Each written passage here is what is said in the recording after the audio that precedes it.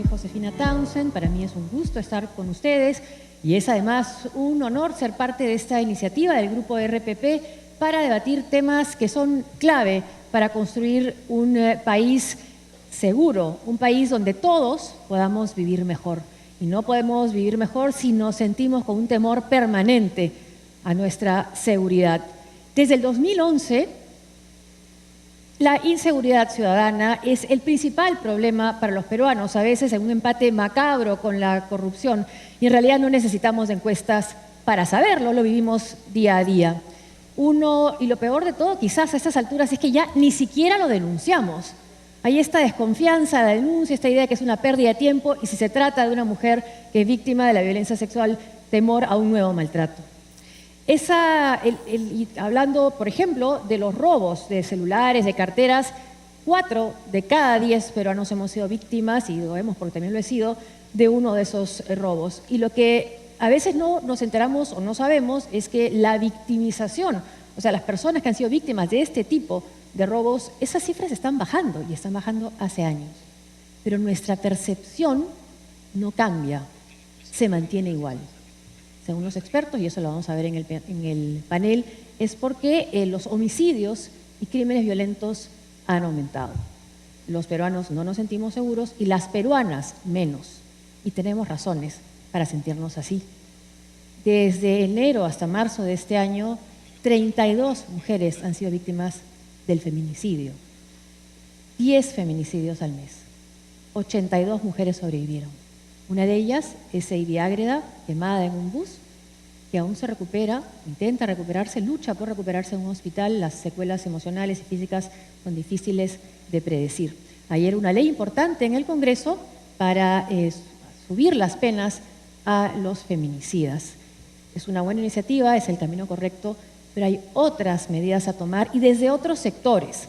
El Instituto de Integración del Grupo RPP, por ejemplo, dice que la conclusión es la prevención. ¿Cómo hacemos para criar y educar jóvenes que no sean futuros sicarios, extorsionadores o feminicidas? Para comenzar hay que educarlos, mantener a nuestros jóvenes, a nuestros niños en el colegio. La tasa de deserción escolar en nuestro país es alta, 12% aproximadamente, comparada con un promedio de 5% a nivel de nuestra región. No estamos hablando de Europa o otros países, otra región desarrollada. Ese es un punto. Otro punto también es ver una visión integral, temas como por ejemplo el uso de drogas o el desempleo. Entonces ahí también viene el rol de los municipios. Y hablando de los municipios, son más de 1.800 municipios en nuestro país. Lo que también hemos podido ver en nuestro informe no es que todos tienen que aprobar un proyecto o un plan de seguridad ciudadana, un plan local. Ahora, ¿es realmente un plan local? Lo que hemos visto es que en muchos casos es un copy-paste. Copian un plan de seguridad de un distrito, muchas veces con más recursos, que ha tenido cierto éxito. Lo aplican a rajatabla y no funciona. Además, hay una gran desigualdad en los recursos que se usan según distritos para la seguridad ciudadana. Según el IDL, el Instituto de Defensa Legal, la Municipalidad Chalaca de la Punta invierte anualmente 665 soles por vecino en seguridad. La Victoria, 130. Puente Piedra, 33. San Juan del Urigancho, el distrito más poblado de nuestro país, invierte 7 soles para proteger a sus vecinos. Y hay un policía que debe cuidar a más de 1.400 personas. ¿Qué hacer? Hay alternativas que no solamente que pasan sí por la inversión, pero también en qué tipo de inversión. Hay inversiones que parecen elementales, como por ejemplo la iluminación, el alumbrado público. Una calle con luz puede hacer la diferencia entre la vida o la muerte. Otras soluciones innovadoras, como las que vamos a ver hoy día, por ejemplo, que tiene que ver con la geomática, el mapa del crimen. También vamos a ver ejemplos. Por ejemplo, hablamos de la política exitosa que hubo en Nueva York de las ventanas rotas. Parece que es lejano referirnos a Nueva York, pero también era una ciudad donde parecía que se habían resignado a vivir sintiéndose temerosos y sintiéndose inseguros. Eso ha cambiado y sin irnos tan lejos podemos ver el caso de Honduras, el país que ha tenido hasta hace muy poco la ciudad más violenta del mundo, San Pedro Sula. Está cambiando y está cambiando con una policía joven que está revolucionando la sensación de poder vivir en paz en un país que durante años no había podido hacerlo. Vamos a conversar sobre estos temas con nuestros expertos, pero antes conozcamos, creo, un caso que es inspirador. La historia de María y Wagner. Son dos vecinos de San Juan del Lurigancho que han tomado ellos la iniciativa de luchar porque su comunidad viva más segura.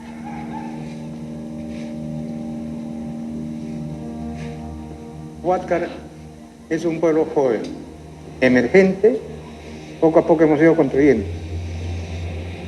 Cuando ingresamos a este lugar, todo era una tierra de nadie, por mucha drogadicción, por mucho asalto, mucha violación.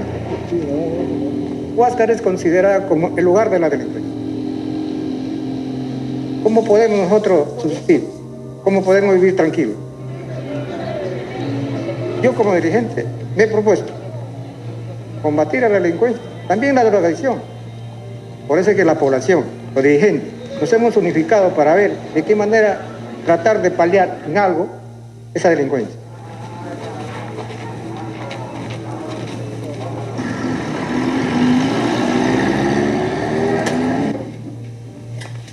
Tengo 5 nietos. Yo tengo que ver la seguridad por ellos. Porque si el gobierno, el serenaco no viene, para eso estamos los padres, para eso están los abuelos.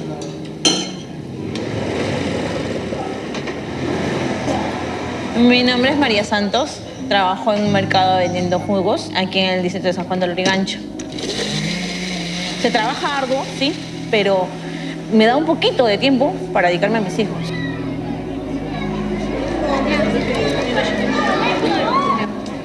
Todo el mundo tiene temor de los peligros que corren nuestros hijos, ¿no? Mucho más yo, que vivo en una zona más peligrosa, porque la delincuencia abunda más. Está tratando de contaminar a los jóvenes, incluso a los adolescentes. Entonces, ese es más mi temor. Por la zona en la que vivo es mucho más riesgoso de que mi hijo pueda caer si no estoy pendiente de él. Aquí en mi casa también fui víctima de robo, ¿no? Esta es la parte por donde entraron a robar. Hasta ahorita no la puedo arreglar. Está todo destruido. Se llevaron mis cosas, productos, ropa, zapatos, plata. Fue difícil porque uno se esfuerza, trabaja y encontrar tu casa destruida, que se llevan tus cosas, fue horrible. Fue horrible, horrible, horrible, horrible. Cada vez que me acuerdo me choca todavía.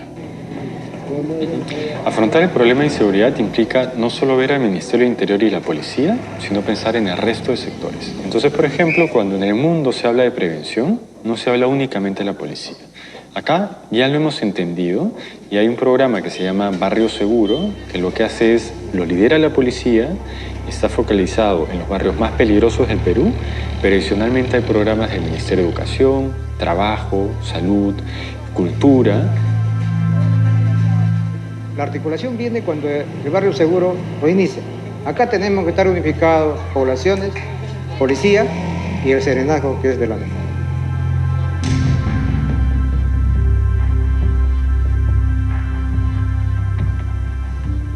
Ahorita estamos cocinando porque vamos a inaugurar nuestra alarma, vamos a inaugurar nuestra sirena en la zona y van a salir las juntas vecinales de otros asentamientos para poder conformar incluso a la población de que ya tenemos un poco más de seguridad, que cualquier eventualidad se comunica y se sale la junta vecinal, se trabaja en equipo y se erradica lo que está sucediendo.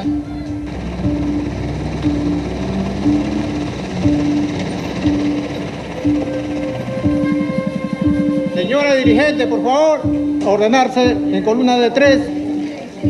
¡Juntas vecinales! ¡Presente! El mensaje que llevamos al hacer las caminatas de la seguridad ciudadana es para que los delincuentes tengan conocimiento que la población está ordenada. La ciudadanía puede participar coordinando con sus autoridades, hacer gestiones para que haya una mejor iluminación en los parques, pueden tener sistema de alarma preventiva con la policía. Si la ciudadanía participa hasta la prevención, está muy bien. Estamos dando la cuarta alarma a fin de que podamos estar atentos ante cualquier circunstancia o riesgo que nos afecte.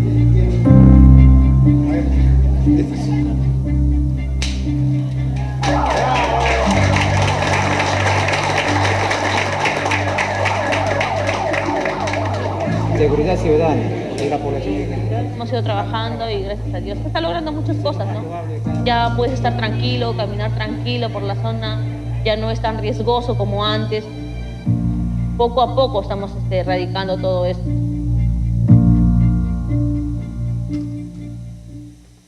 Buenas tardes a todos y todas. En primer lugar, felicitar y agradecer al Grupo RPP por la organización de este importante evento y reconocer el esfuerzo por incluir una temática tan relevante para el desarrollo de nuestro país como es la seguridad ciudadana. En efecto, el sector interior es uno o el más vulnerable a las coyunturas políticas.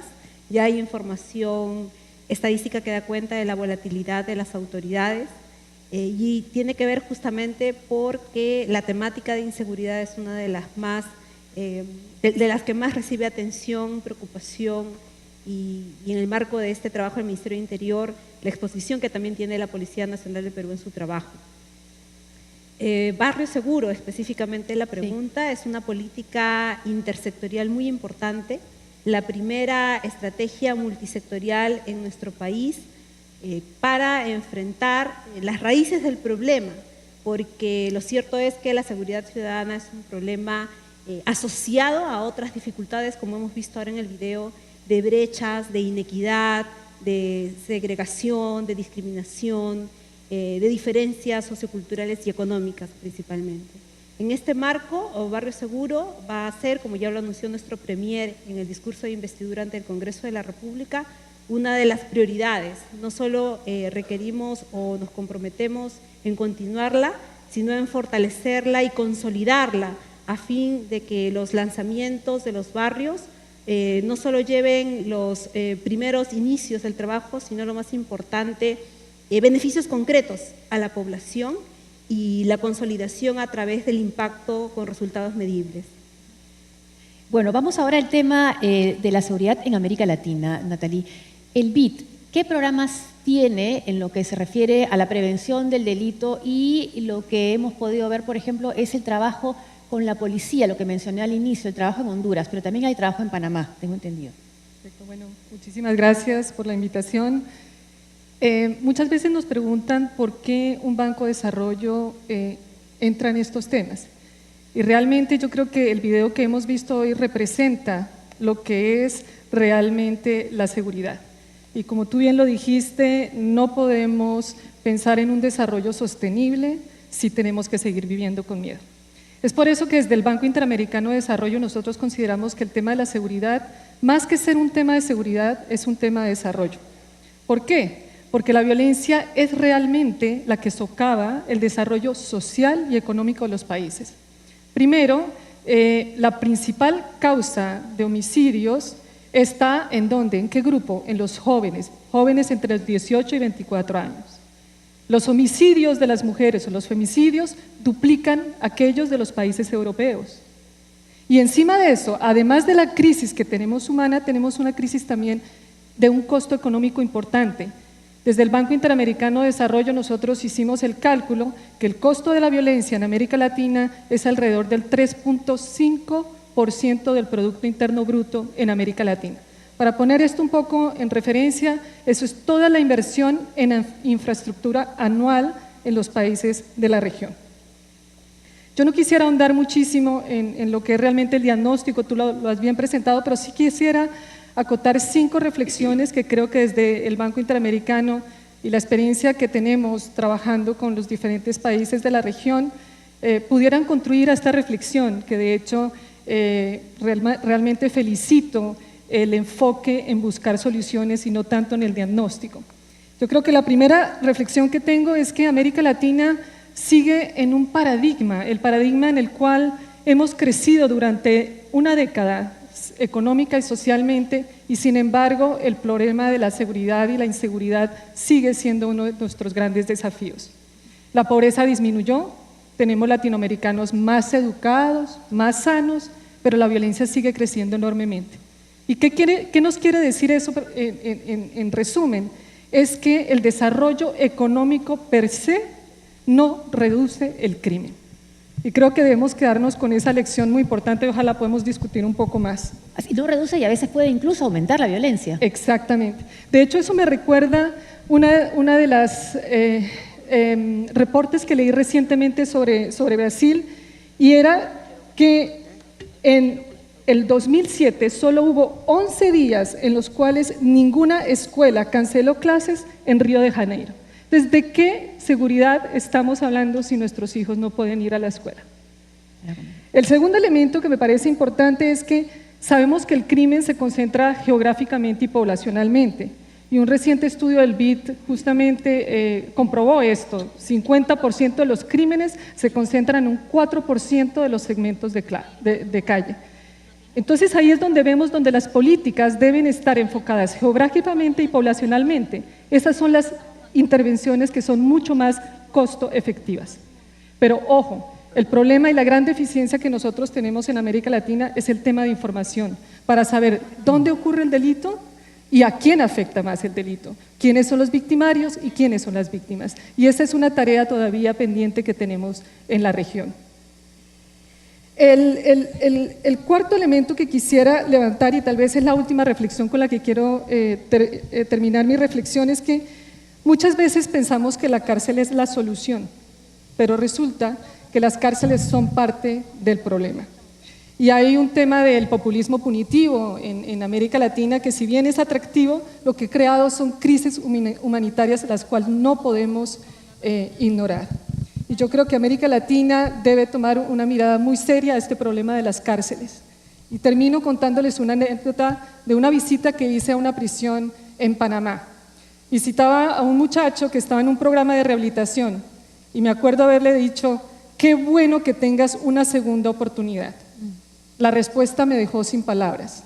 Me dijo, para él la cárcel era su primera oportunidad. Entonces, si estamos pensando que para nuestros jóvenes la cárcel es la primera oportunidad, tenemos un problema. Lo que tenemos que hacer es evitar que los jóvenes lleguen a las cárceles. Jimena, tú eres activista del movimiento Ni Una Menos. Estamos viendo estas cifras dramáticas y estos casos terribles de feminicidio. Ha habido una decisión ayer en el Congreso. ¿Y qué más falta hacer para lograr un punto de inflexión en ese tipo de violencia? Bueno, yo evidentemente veo las cosas un poquito más desde el lado de la ciudadanía. Sí.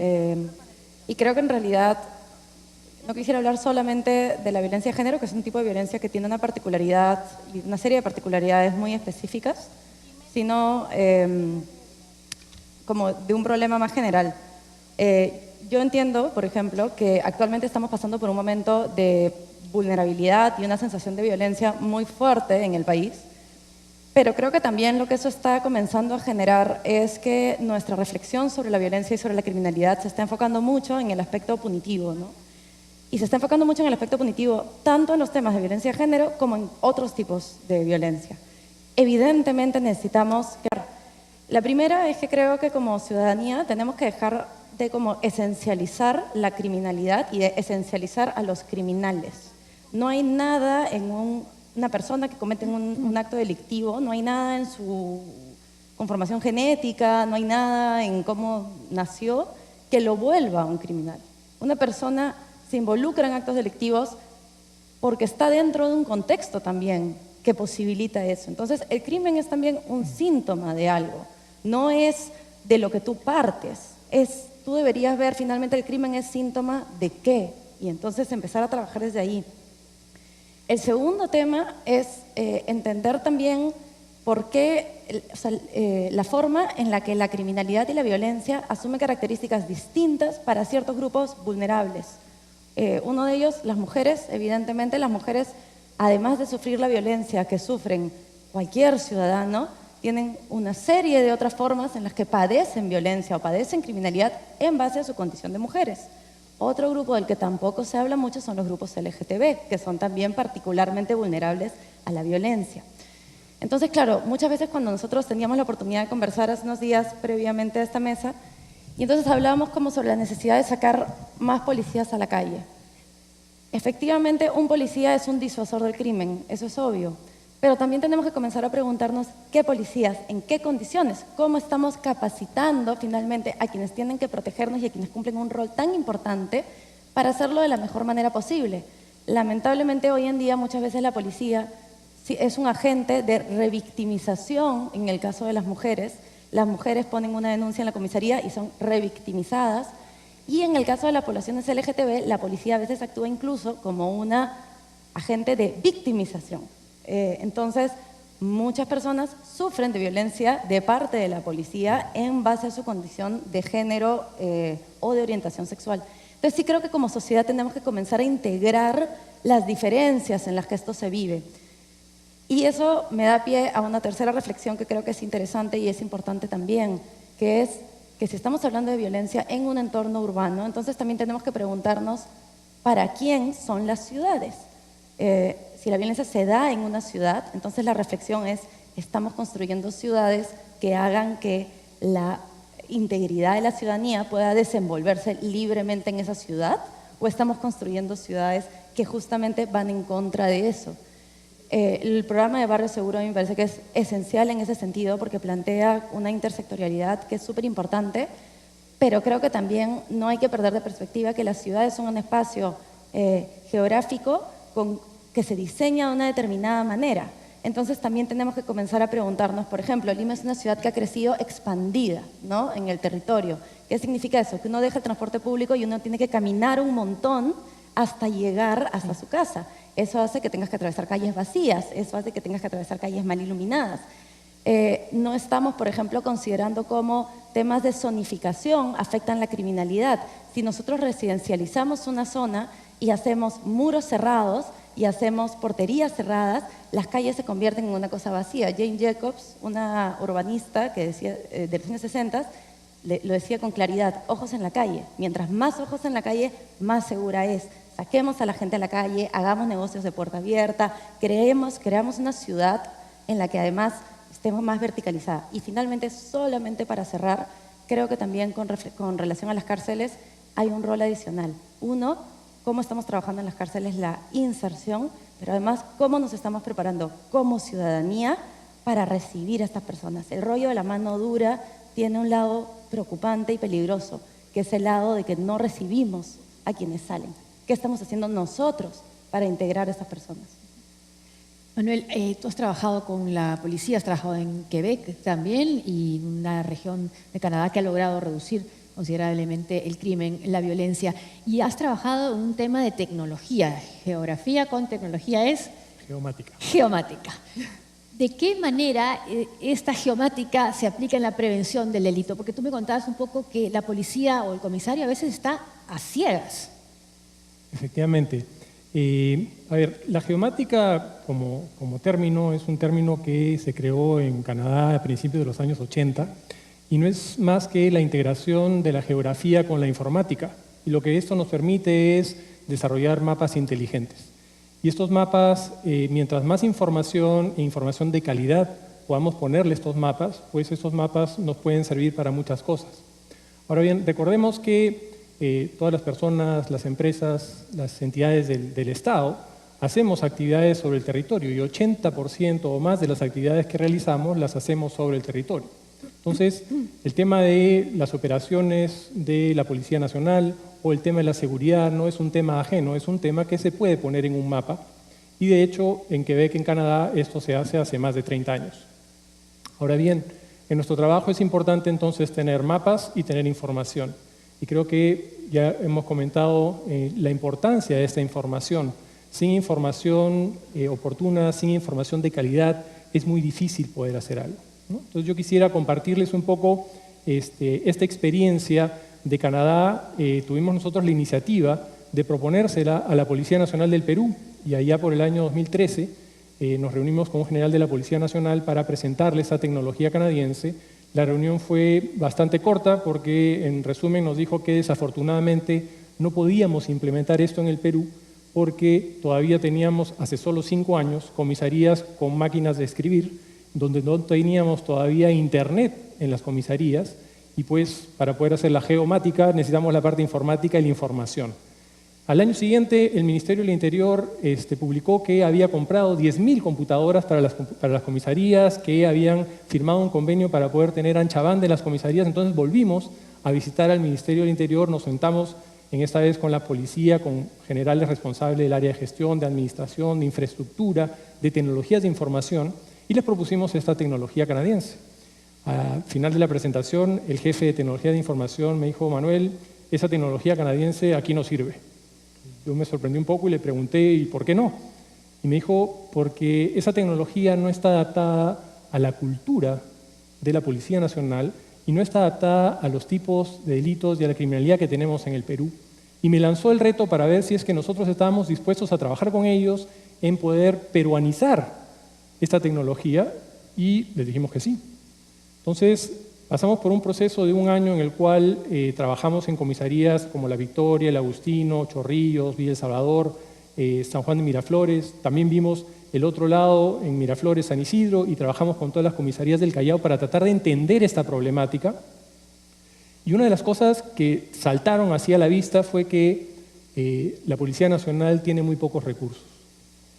Nuestros comisarios en las comisarías tienen una jurisdicción que tienen que atender y son como el gerente de esa jurisdicción, pero en realidad trabajan de manera ciega. Imagínense ustedes que yo soy el comisario y tengo un territorio donde no sé dónde está el delito, donde no sé en el momento en que salen mis patrulleros, mis motos, mi personal, dónde está y cómo están atendiendo este territorio. Entonces, durante ese año logramos integrar y peruanizar esta tecnología canadiense con el sistema de denuncias y de registro de denuncias de la Policía Nacional y generar un mapa del delito. Ese mapa del delito comenzó a darle a los comisarios una visión, digamos, 10/20, y ya podían ellos ver dónde estaba el delito. En un año y medio logramos registrar, la policía logró registrar más de 1.800.000 eventos en Lima y Callao. Funcionaba en todas las comisarías. Y al finalizar este proyecto, una vez ya corriendo, con la data que teníamos, vimos de desarrollar un proyecto de patrullaje inteligente. El patrullaje inteligente para que el comisario sepa dónde estaban sus recursos, dónde estaban sus patrulleros dentro de su jurisdicción, un patrullaje que permita integrar las rutas de patrullaje, y de hecho el sistema le proponía y le sugería a dónde ir de acuerdo a los lugares donde había más incidencia del delito. Y también a los puntos de mayor riesgo que tiene la Policía Nacional, que se llama el Libro Azul, los bancos, los comercios, los centros educativos. Entonces, con esta herramienta, el comisario ya podía comenzar a tener una visión 2020 y comenzar a mirar un poco más el territorio. Les dimos también unos dispositivos para que tomen datos en campo y una serie de elementos. Hicimos unos mecanismos de reportes estadísticos bastante ágiles sobre la productividad de las comisarías, pero desafortunadamente el año pasado la gestión anterior del Ministerio decidió interrumpir el proyecto y desarrollar su propia herramienta. ¿Qué es? Está en proceso, tienen una herramienta que se llama el SITCOP, que es una herramienta que hace un poquito de todo lo que hacía toda esta plataforma para poder hacer un seguimiento vehicular. Pero hoy en día, cuando miramos, el patrullaje se sigue programando durante 15 días, la misma ruta todos los días. Entonces, yo creo que aquí tenemos un trabajo muy importante que hacer desde el sector privado, el sector público, la sociedad, para poder integrarnos y poder lograr mejores resultados y dotar a la Policía Nacional de mejores herramientas para que haga mejor su trabajo. Y está la viceministra también, que puede escuchar estas iniciativas. Viceministra, cuando conversamos antes de este panel, hicimos hincapié en el tema de esta cuestión integrada, de este problema, pero integrada a nivel de los gobiernos, de los diferentes niveles de gobiernos que tenemos en nuestro país. Y hablaba sobre todo usted de las municipalidades. ¿Por qué? Sí, en efecto, hablar de seguridad o de inseguridad ciudadana requiere entender y asumir que no es un fenómeno plano. La inseguridad ciudadana, si bien nos puede afectar de diferentes maneras o transversalmente a todos, lo cierto es que es un fenómeno que afecta, como hemos visto en el video, especialmente a determinadas poblaciones, a determinados territorios, a determinadas poblaciones en relación a fenómenos también diferentes. Lo que quiero decir con esto es que nosotros como Estado peruano estamos desarrollando en este momento un plan de trabajo, un plan nacional, un nuevo plan nacional de seguridad ciudadana para el siguiente periodo de 2019-2023, que busca desarrollar políticas públicas entendiendo las diferencias entre los territorios y su vulnerabilidad a también los diferentes fenómenos delictivos. Como ustedes ya saben, hay evidencia que acredita que hay territorios del país donde se presentan más los delitos patrimoniales en espacios públicos. En otros territorios se focalizan más los fenómenos de violencia sexual, violencia intrafamiliar. En otros territorios se agudiza la problemática de la minería ilegal, por ejemplo.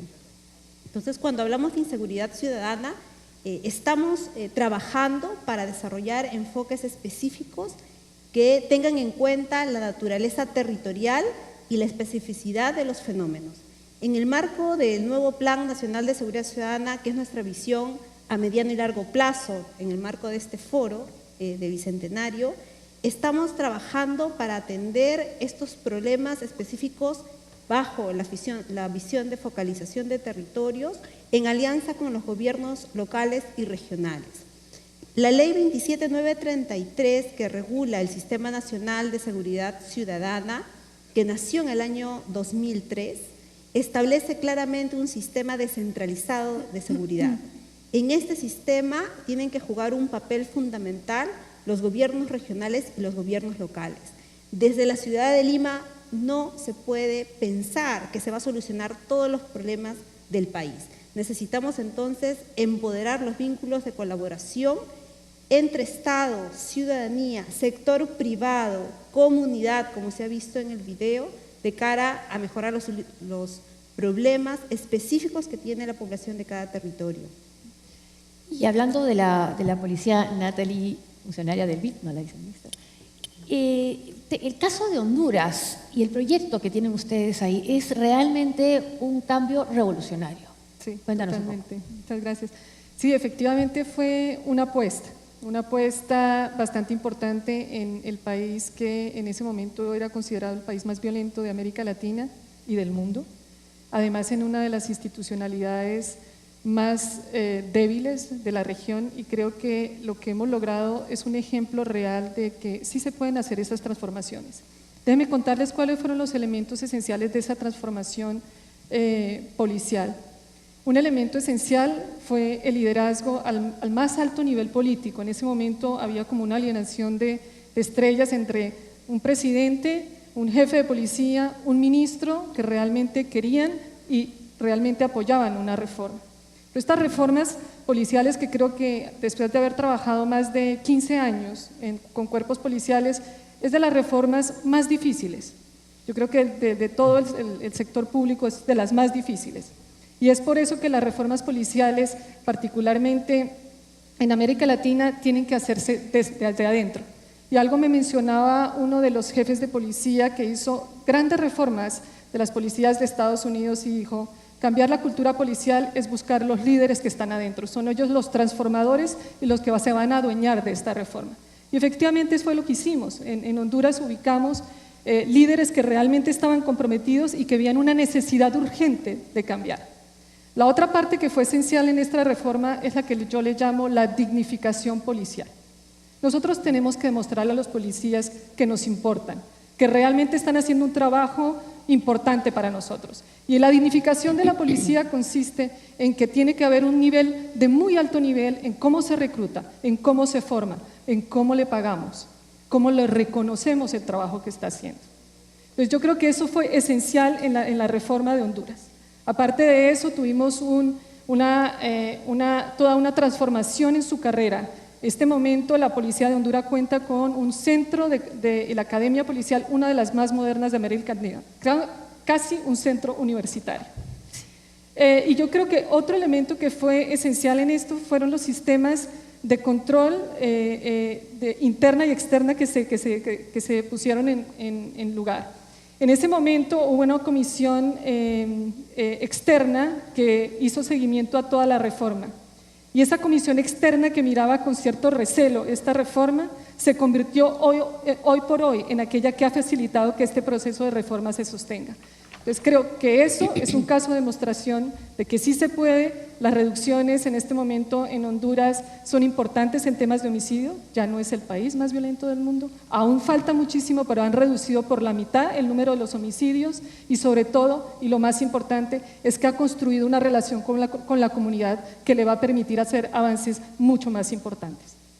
Jimena, nos contabas más temprano que tú has sido seguido a Santa Margarita, donde están jóvenes adolescentes que han cometido delitos y que ellas lo sienten como una pérdida de tiempo.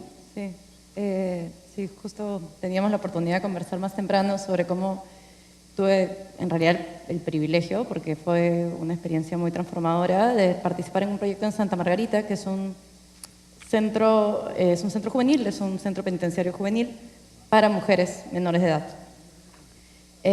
Y claro, A ver, para mí fue una experiencia que en verdad fue muy transformadora y también muy reveladora, porque creo que socialmente, ahorita en este momento, nos ha ganado un poquito el rollo como de mandemos a todos a la cárcel, que se pudran en la cárcel, ¿no? Mantengámoslo lo más lejos posible de la sociedad, hagamos penas más largas. Y en realidad, finalmente estamos trabajando muchas veces con los sectores más vulnerables de la población, gente que ha crecido en entornos de precariedad terrible, en entornos de violencia muy fuertes. Y sobre todo en el caso de menores de edad, yo me acuerdo salir de Santa Margarita y llorar en realidad todos los días después de los proyectos que teníamos ahí, porque son chicas menores de edad que yo creo que en ningún caso, de ninguna manera, son chicas que no pueden ser rehabilitadas y reintegradas a la sociedad. Pero ¿qué cosa estamos haciendo finalmente con la gente que está en los penales? Hay, sí, efectivamente, programas como de productividad en los cuales hacen como artesanías o trabajan con marcas. Pero ¿qué estamos haciendo, por ejemplo, para preparar a la gente a salir a un mundo cada vez más digitalizado cuando están encerrados en un entorno totalmente aislado de los cambios digitales? ¿Qué cosas hacemos con su salud mental y emocional? Y también, como decía hace un rato, ¿qué cosas hacemos nosotros como sociedad? Cuando nosotros estigmatizamos finalmente a quienes están en la cárcel, reducimos nuestras probabilidades de darles un trabajo, de reintegrarlos a la sociedad. Y esas personas evidentemente tienen más posibilidades de delinquir. O sea, olvidémonos, en fin, de la cosa como humanista, de la dignidad finalmente humana, ¿no? Olvidémonos de eso, pensemos pragmáticamente. Si tú tienes un sector de la población vulnerable que va a salir eventualmente, ¿no?, a la calle y que se va a encontrar estigmatizado y no va a poder trabajar y sus habilidades no van a estar al día con las cosas que están pasando a su alrededor, nosotros casi que los estamos diciendo, regresa a lo único que sabes hacer. Entonces, pensando pragmáticamente, ¿qué cosa es lo que queremos hacer con los penales? Usualmente la policía no trata bien a una mujer cuando va a denunciar por violencia de género. ¿Cómo desde el Estado y las asociaciones civiles podemos mejorar los recursos humanos dentro de la policía? Pregunta Paola Urquiza. Gracias por esa pregunta. Nosotros, como Estado peruano, saben que estamos asumiendo una nueva gestión gubernamental y estamos comprometidos con el mejoramiento de la calidad de atención en las comisarías. Concretamente, estamos trabajando en dos programas a corto plazo. Uno es el desarrollo, la implementación de centros de emergencia mujer dentro de las comisarías en los territorios más vulnerables. Todos sabemos que gran parte de las víctimas de los delitos no van a las sedes, no solo policiales, sino judiciales, de fiscalía, porque tienen temor, temor a represalias, pero también temores de desamparo económico, entre otros. Entonces es fundamental incentivar la denuncia. Desde el Estado peruano, un esfuerzo que se viene haciendo es articular la policía con los centros de emergencia mujer para reducir los espacios de distancia, no solo geográfica, sino de procedimientos de atención y tener una atención integral, policía, psicólogo, asistente social, abogado, que permita a la víctima motivar en su denuncia. Por otro lado, estamos trabajando para iniciar un proceso potente y ya lo estamos desarrollando a través de un programa de capacitación a comisarías de todo el país que justamente focaliza o prioriza el mejoramiento de la calidad en la atención a ciudadanos y ciudadanas. Finalmente, en este punto específico, estamos cerrando el diseño y próxima implementación de centros de atención ciudadana en las comisarías, nuevos centros que justamente buscan generar tres aspectos concretos: mejor trato, rapidez e información para las personas que acudan a ellas. Son estrategias dirigidas a incentivar la denuncia. ¿Y qué va a cambiar para que puedan tener un mejor trato?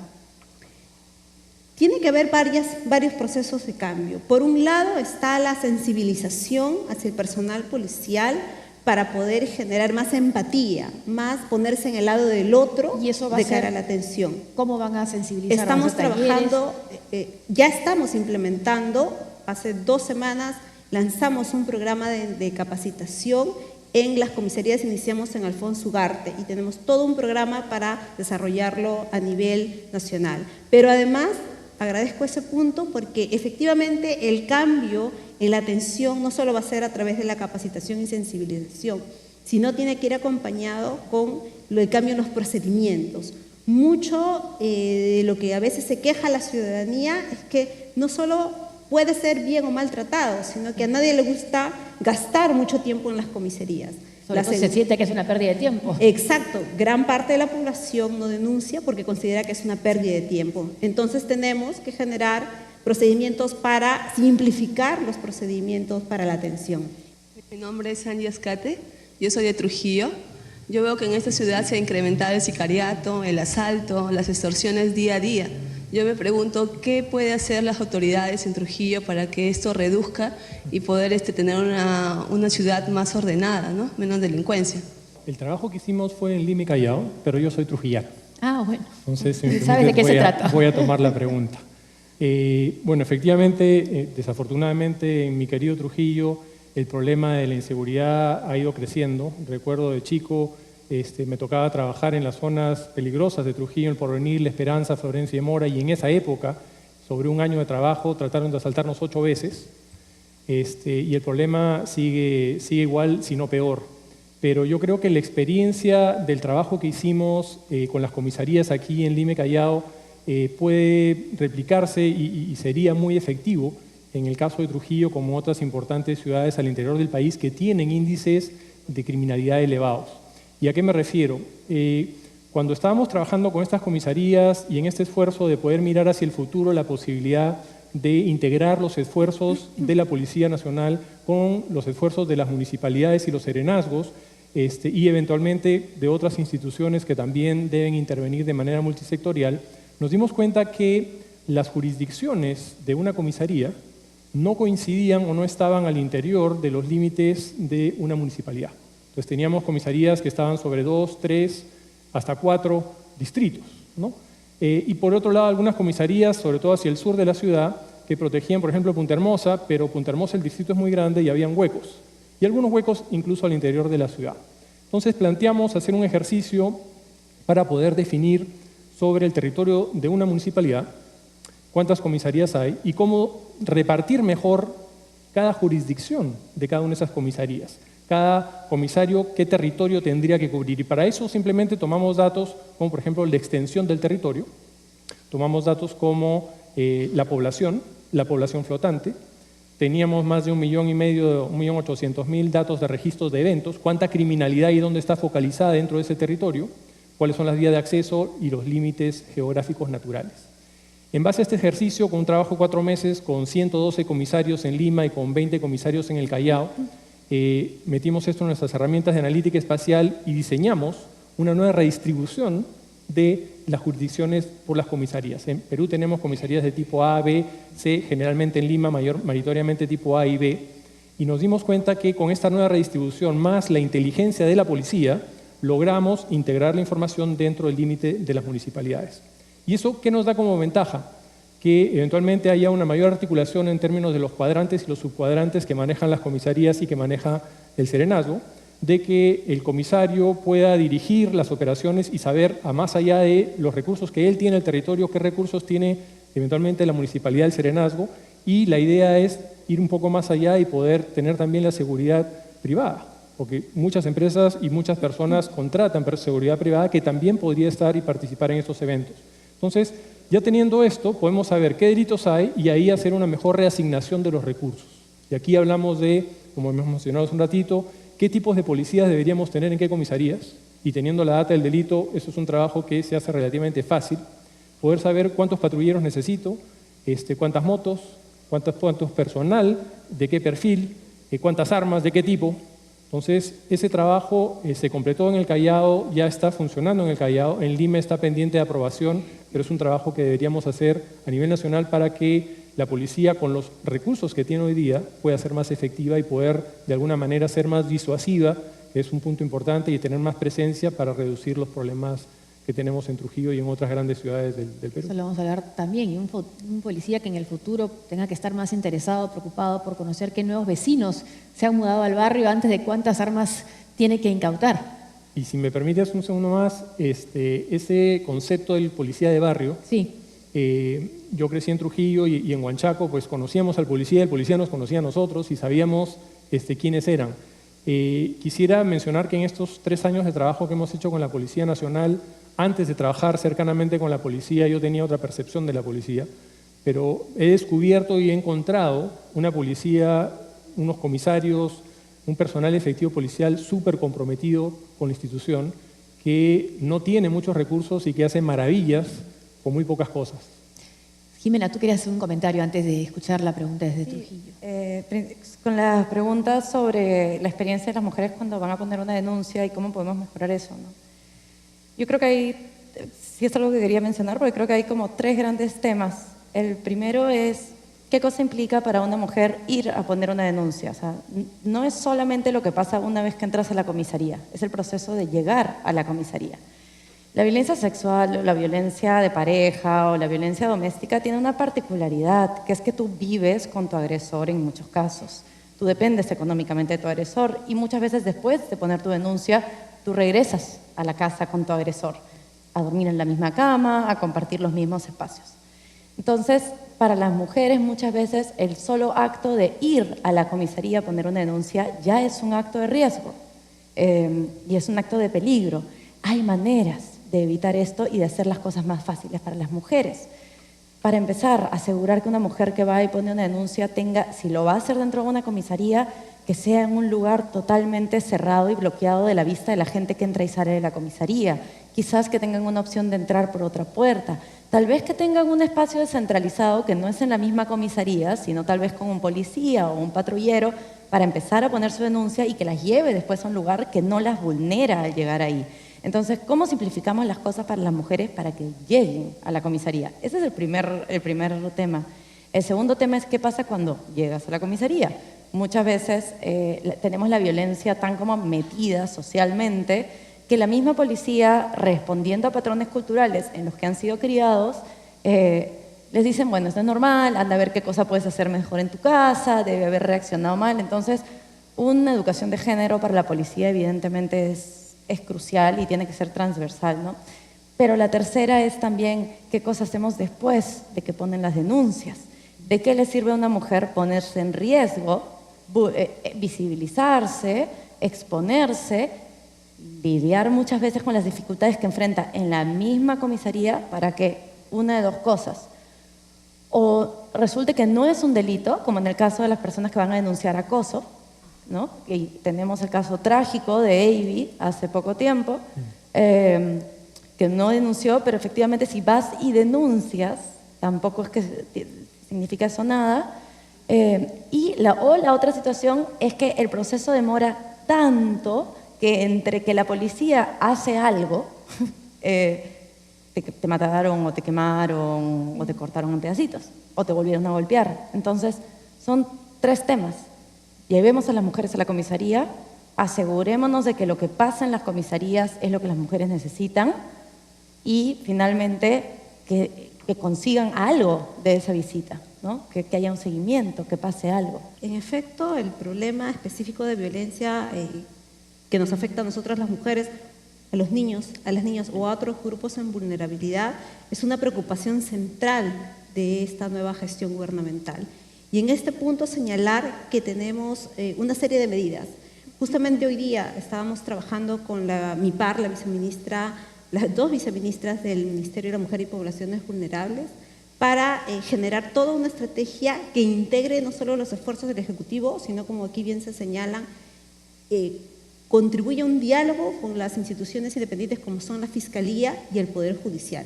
Finalmente hablamos de flujos de atención del Estado de cara a las víctimas. En cuanto específicamente a nuestro sector interior y Policía Nacional, informar que nosotros estas últimas semanas hemos tomado medidas para modificar los protocolos a fin de disponer que el acoso, sea presencial o virtual, sea incorporado en el procedimiento de toma de denuncia policial. Debemos tener en cuenta que normativamente el acoso no es un delito. Entonces, necesitábamos modificar los procedimientos para disponer que todas las instancias policiales tienen que recibir el acoso e ingresarlo a su sistema de denuncia. Sin duda, un procedimiento importante tiene que ver ya con las medidas de protección y la celeridad que se tiene que disponer. En ese sentido, estamos trabajando para acelerar los procedimientos, pero reitero, este punto corresponde crucialmente a la policía, pero en una articulación más integrada con la Fiscalía y el Poder Judicial.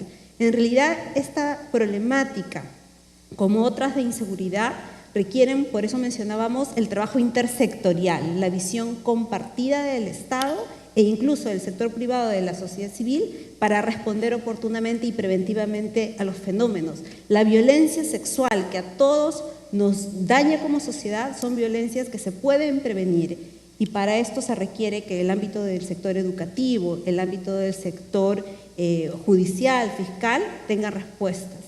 Desde el ámbito de la mirada del BID, ¿hay algún país en nuestra región que haya podido conseguir esa mirada intersectorial y haya logrado resultados en lo que es la lucha contra la violencia contra la mujer?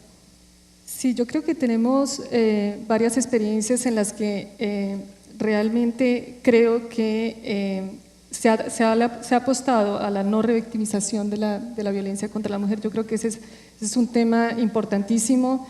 Creo que primero la conexión que haga la víctima para la denuncia ya es un paso enorme. Si encima se siente revictimizada al hacer una denuncia o probablemente amenazada de su vida puede ser grave.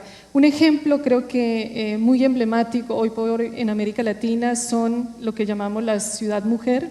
Hay varios que se han implementado en Centroamérica, en donde básicamente son centros integrados donde se le da a la mujer no solamente tratamientos psicológicos, médicos, apoyos económicos, pero también están instancias de seguridad y justicia para que en un solo lugar una mujer pueda encontrar todos los servicios que necesita justamente para seguir adelante.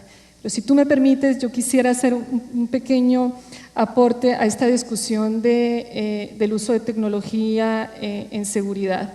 Y yo creo que si bien yo soy una de las principales promotoras de que tenemos que usar más tecnología, de que la información es crítica, también he realizado que tenemos que ver a qué nivel está cada institución, porque muchas veces todos estos apoyos caen en el vacío. Y si bien tenemos, digamos, todas estas tecnologías de mapas del delito, he visto también que por falta de capacidad humana, por policías entrenados, capacitados, educados, todo este apoyo cae en el vacío. Entonces yo creo que va de la mano una construcción de un capital humano fuerte, de un capital profesionalizado, en combinación con una tecnología que lo ayuda a resolver el delito.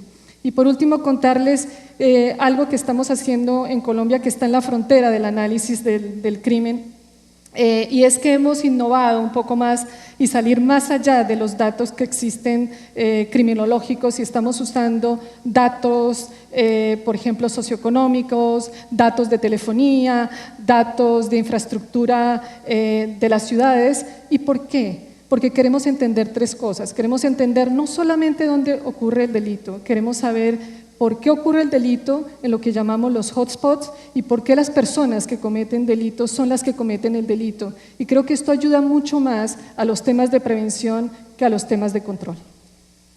El tema del mapa del delito y entendiéndolo por las regiones donde están aumentando los crímenes violentos, sabíamos del caso de Trujillo, lo conocemos, lo hemos vivido, lo hemos reportado, pero viendo el documento que ha preparado el Instituto de Integración de RPP, por ejemplo, conocemos las cifras astronómicas del crimen en Tumbes, en Barranca. ¿Qué está pasando en esas regiones?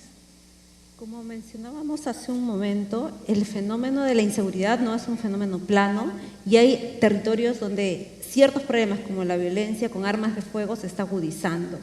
¿Qué está sucediendo en estas ciudades norte? Flujo de armas, procesos de fenómenos extorsivos y este tipo de criminalidad se combate con mecanismos de prevención, pero también con mecanismos de inteligencia y de operativos policiales que involucren a la Fiscalía. En ese sentido, Es compromiso del gobierno desde unos días que han ido nuestras autoridades al Congreso de la República a anunciar una serie de medidas como trabajo articulado para enfrentar las bandas criminales. Las bandas criminales requieren procesos más sofisticados de trabajo policial que tiene que incluir una serie de acciones como sistemas de infiltración de llamadas, agentes encubiertos, en estos territorios en articulación con la Fiscalía y con el Poder Judicial.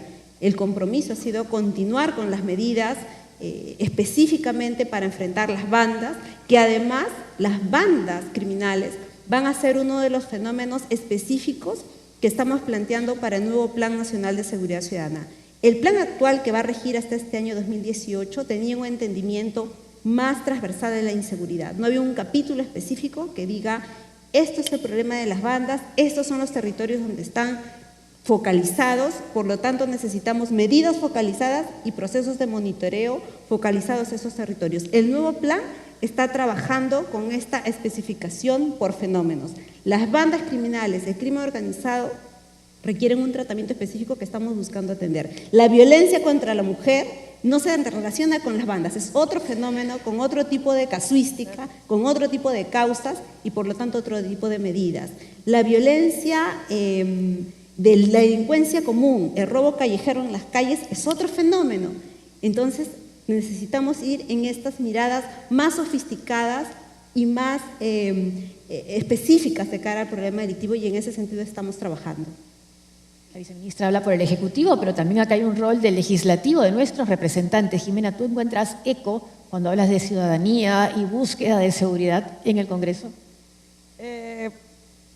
En contados casos sí, hay casos importantes, pero en general sí me da un poco la sensación de que el Congreso está definitivamente mucho más enfocado. O sea, a ver, cuando a ti te ponen una pistola en la cabeza, cuando a ti te asaltan, cuando tú no puedes caminar seguro a tu casa, tú lo que más quieres escuchar es ¿qué castigo me vas a dar? ¿No? Si Pena de muerte siempre sale el tema. O sea, es lo que quieres escuchar, lo entiendo, y entiendo que efectivamente las personas en el Congreso están velando también por su capacidad de resonar entre sus votantes. Pero sí, lamentablemente creo que hay una labor del legislativo también de asumir la seriedad y la complejidad y el trabajo a largo plazo que requiere todo esto y que no viene un poquito como de dar las medidas así más. Y quería salir, me acabo de acordar ahorita que decían lo de los mapas, porque quería hacer una precisión que era bien interesante. Hay medidas que son enormes, son multisectoriales, son complejas, son difíciles. Hay medidas muy, muy fáciles.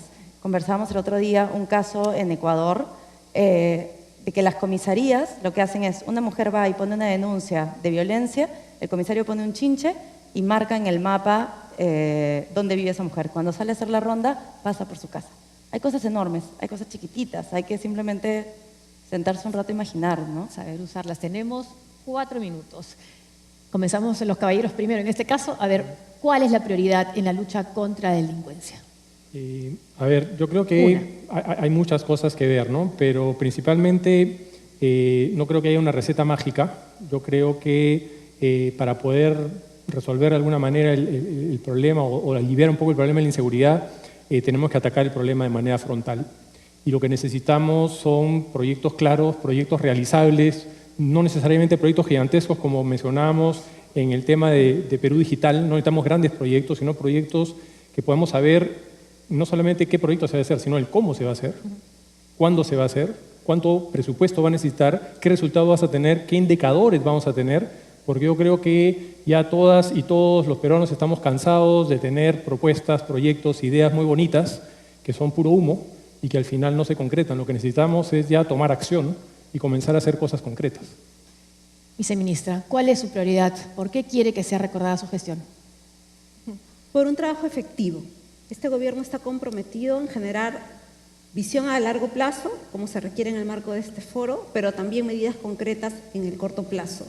Y, por ejemplo, para la gran problemática de inseguridad asociada a los delitos en espacios públicos, ese robo callejero que a todos y todas nos molesta, estamos trabajando con un nuevo programa que impulsa el patrullaje o la presencia policial en territorios, de mano con los serenazgos y la comunidad. Este programa se llama Vecindario Seguro y vamos a trabajarlo fuertemente para Lima Metropolitana y Callao este año y el otro año para extenderlo al territorio nacional. Esto no solo tendría que involucrar la presencia física, sino también los sistemas de geolocalización. No se piense que no estamos trabajando, que nuestra Policía Nacional no tiene sistemas de georreferenciación. Posiblemente tengamos brechas importantes en comparación con otros países, pero actualmente se viene impulsando el desarrollo de una herramienta, no el desarrollo, la implementación y mejoramiento del sistema de geolocalización del patrullaje policial llamado CIPCO, a través del cual estamos monitoreando permanentemente los patrulleros en el día a día en los territorios. Eso entre otras medidas. Gracias. Gracias, viceministra. Para el Banco Interamericano de Desarrollo, que está comprometido con el desarrollo de nuestra región, ¿cuál es la prioridad en lo que es seguridad ciudadana? Bueno, yo creo que en términos de prioridad, yo creo que este sigue siendo uno de los temas más críticos de la región. Mi experiencia muchas veces es que veo que como que nos rendimos ante eso. Entonces, yo quiero terminar con una anécdota que creo que deja un mensaje muy poderoso, y es que viniendo aquí en el taxi, me preguntaban que a dónde venía. Le comenté al taxista y me dijo, bueno, la pregunta de él fue, ¿y yo como ciudadano qué puedo hacer con tanto crimen y con tanta violencia? Y yo le dije, la respuesta que le di es que no esperemos que todo nos venga del Estado. Yo creo que una de las consecuencias del crimen y la violencia es que ha determinado todo nuestro accionar, dónde vivimos, dónde caminamos, a qué horas, y la verdad es que como que nos hemos rendido, nos hemos encerrado dentro de la violencia. Yo creo que lo que hemos visto hoy, y sobre todo este video que fue muy inspirador, nos demuestra que justamente debemos apropiarnos de esos territorios que crean los espacios para que la delincuencia se establezca. Y yo creo que la lección de Huáscar es muy clara. El trabajo coordinado entre la policía, el ciudadano, el sector público y todas las instituciones realmente van a hacer la diferencia. Por eso es que no nos rindamos. Jimena, desde el activismo, prioridad. Desde el activismo yo creo que estamos más o menos en la misma línea, involucrar a la ciudadanía, o sea, la ciudad, que es donde se desarrolla parte importante del crimen y que alberga cada vez a más personas, es un espacio que nos involucra a todos y que construimos todos con nuestras acciones. Entonces, crear más espacios para que la ciudadanía se pueda encontrar, pueda dialogar, pueda organizarse, pueda reaccionar de distintas maneras, crear espacios públicos más adecuados, más invitantes. Si la gente está encerrada en su casa, la gente no se organiza. Entonces, creemos espacios públicos donde la gente se pueda encontrar, puedan conversar, podamos organizarnos, y en realidad de ahí nace mucho. O sea, hay un cambio también cultural y hay un cambio social que no puede solamente venir de arriba, tiene que involucrarnos a todos. Esperamos que un espacio como este también ayude a construir el país que todos queremos. Muchas gracias, señores, por participar en este panel País Seguro.